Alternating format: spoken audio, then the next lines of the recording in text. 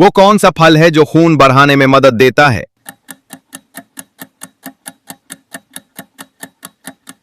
सही जवाब अनार।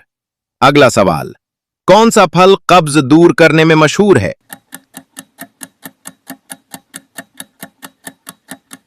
सही जवाब पपीता। अगला सवाल, वो कौन सा फल है जो गर्मी में जिस्म को ठंडा रखता है?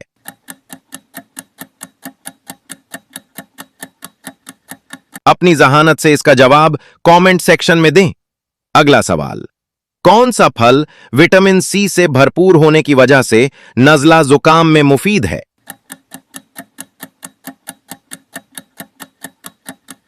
सही जवाब माल्टा। अगला सवाल, वो कौन सा फल है जो दिमाग के लिए मुफीद समझा जाता है?